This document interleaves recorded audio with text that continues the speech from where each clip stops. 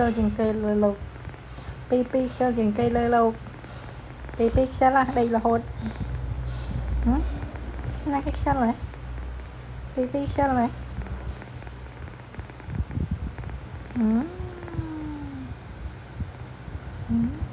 tóm phai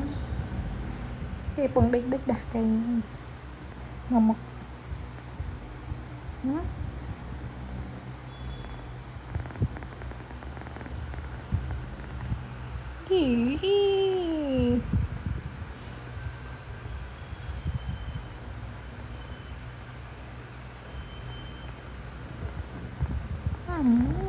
thôi chờ đợi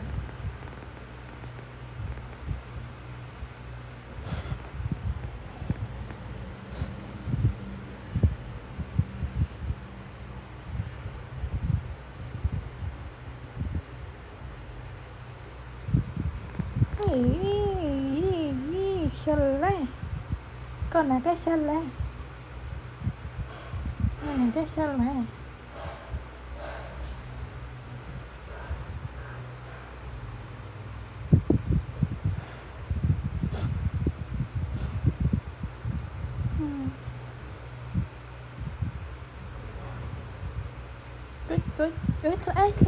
Clay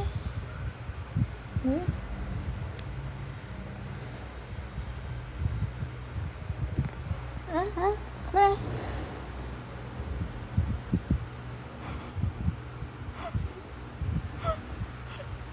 mà thôi chị đâu